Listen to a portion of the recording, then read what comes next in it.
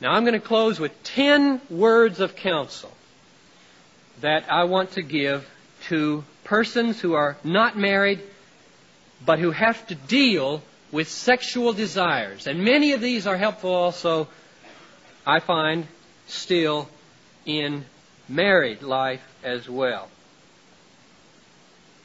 Some of them have a very masculine orientation. I can't help that. I know that temptation better than I know the female temptation.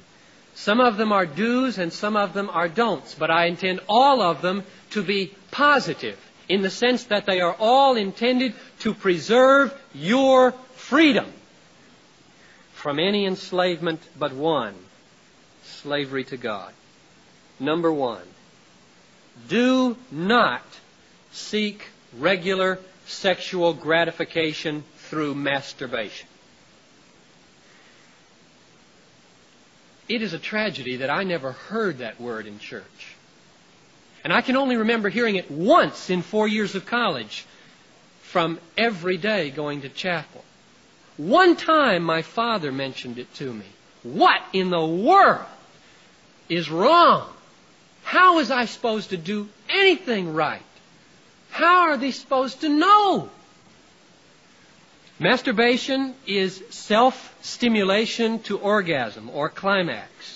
And the reason I say don't use it is because it, number one, will not solve the problem in the long run. It does not relieve the pleasure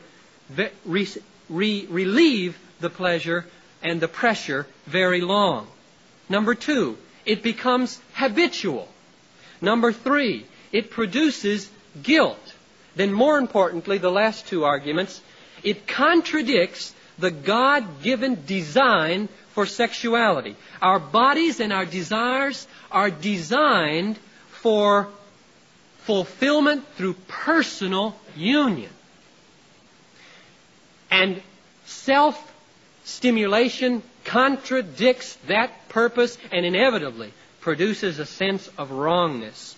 But perhaps most importantly of all, masturbation is inevitably accompanied by sexual fantasies which we would not allow ourselves in reality. And therefore we start to become like the Pharisees, well scrubbed on the outside and inside full of perversions.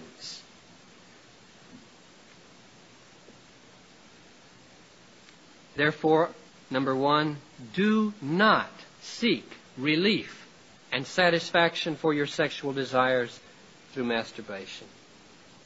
Second, do not seek sexual gratification through touching and being touched by another person, even if you keep it short of sexual intercourse. I'm speaking to unmarried people. Everyone knows that intimate touching is the prelude to and preparation for sexual intercourse. You stop it, you'll be frustrated to death and wind up in masturbation. Therefore, it belongs in marriage. Now, where that permanent commitment of marriage is missing, caressing and touching tends to become manipulation of another person for a cheap, personal, private, physical thrill, and therefore contradicts the law of love. It turns the other person's body into a masturbation device. It is not the way God intended it to be used. God made us in such a way that if we try to turn that moment of touching into a spiritual, emotional, personal moment of union, our hearts are going to cry out for permanence, for promises of faithfulness. Our hearts say in that moment, you may touch me because you have promised never to leave me or forsake me. You may have me because you are me. We are so made that we cry out for permanence when giving away our most precious gifts. And you all have sensed that. And therefore, that kind of touching belongs in marriage. Third, avoid unnecessary sexual stimulation. It doesn't take any brains to know that there are enough X-rated movie houses and adult bookstores in this city to keep a person livid 24 hours a day. To visit those crummy places is temptation enough. But the real test comes with what you do with the legitimate sources of sexual stimulation. What do you do with the PG movies? What do you do with Time magazine? What do you do with the newspaper and television and the drugstore counters and the rock music lyrics? That's where the test comes. Most of us Christians would not go down Hennepin Avenue to the wrong places. But oh, where we will go, what we will listen to, what we will allow our eyes to dwell upon. This is the great test of whether we are free or whether we are enslaved to the slave master of our bodily passions, to keep on looking and keep on listening and keep on doing it. Fourth, when the stimulation comes and the sexual desire rises, perform a very conscious act of transfer onto Christ. I wish somebody had told me about this and shown me this years ago. I discovered this after I was married.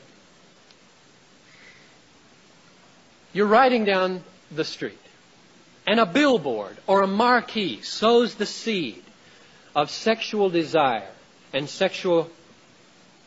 desire for sexual gratification in your mind, and it moves through your body. What do? This is what I find very helpful still. You take that desire and you very consciously do something like this. You say, Jesus, it's there now, and I acknowledge that you are my Lord and my God. My greatest desire in all the world is to love you, obey you, delight in you. And therefore, Lord, I take this desire that has been sown in my body and I take it away from your competitor. I purge it and I give it to you, and now I desire you with that desire.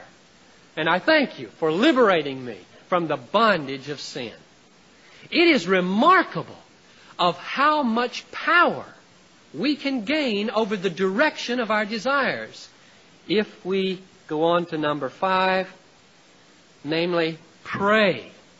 Pray that God will give you in ever-increasing strength that love to Him, that desire to know Him and obey Him above all else. I read a sermon by Thomas Chalmers, an old Scottish preacher, once, entitled The Expulsive Power of a New Affection. The title's just stuck because it's so good.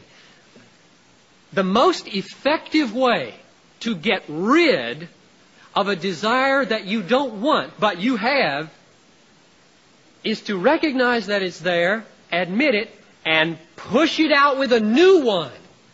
You can't get rid of it really any other way. Not effectively. Remember, Jesus talked about getting the heart clean of one devil. You sweep it nice and clean, it stays empty, and boom, 7 more come back. So it is with sexual desires. You must replace them with something new, a new affection. And prayer is the summoning of divine assistance to produce those new desires in our hearts. 6th, bathe your mind in the Word of God every day. Jesus prayed for His disciples, sanctify them in the truth. Thy Word is truth. Truth sanctifies. There is nothing that renews the mind and the heart and enables it to assess things the way God assesses them than regular meditation on the revelation of God in the Bible. The person who does not take up the sword of the Spirit is going to lose in the battle for his body. 7, keep yourselves busy. Very simple advice. Keep yourselves busy. And when there is need for leisure, seek your leisure in things that are, to quote Paul, pure, lovely, gracious, excellent, worthy of praise. Idleness in a society like ours is asking for trouble. It is much harder for sexual temptation to get a foothold in our lives when we are busy. Very easy for it to get a foothold when we are dawdling, letting our minds run to and fro. And if you need a break for fresh air, take a walk in the park, not down Hennepin Avenue. 8th, don't spend too much time alone.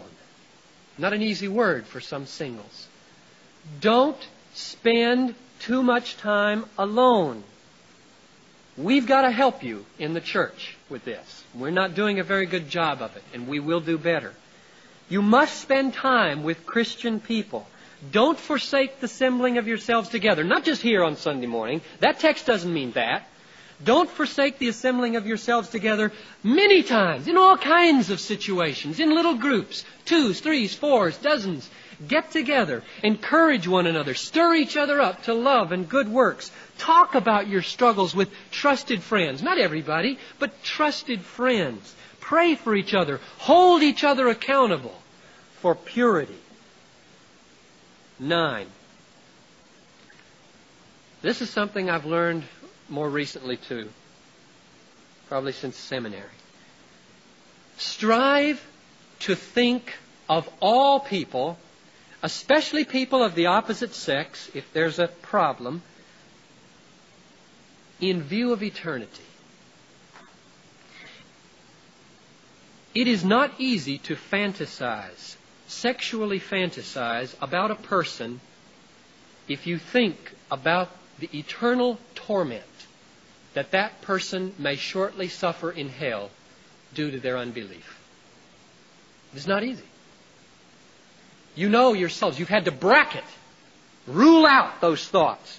Jesus, stay out for these few minutes, because you'll ruin everything if you get in here with those kinds of thoughts. It ought not to be so. Paul said in 2 Corinthians 5:16, from now on, we know nobody according to the flesh. That means we know everybody from God's perspective.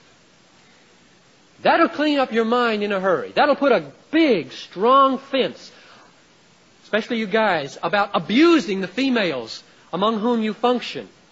It will not allow you to depersonalize them and treat them in your minds in ways you'd never treat them in person. And finally, number 10, resolve to seek the kingdom first. And all these things, all the sex that you need, will be added to you. That may be a spouse. It may not be. It may be the grace and the freedom to be single in purity and joy and contentment. That's up to God. Ours is to seek the kingdom first, which means, in other words, our all-consuming passion in life must be to glorify God in our bodies by keeping ourselves free from every enslavement but one, the joyful, fulfilling slavery to God.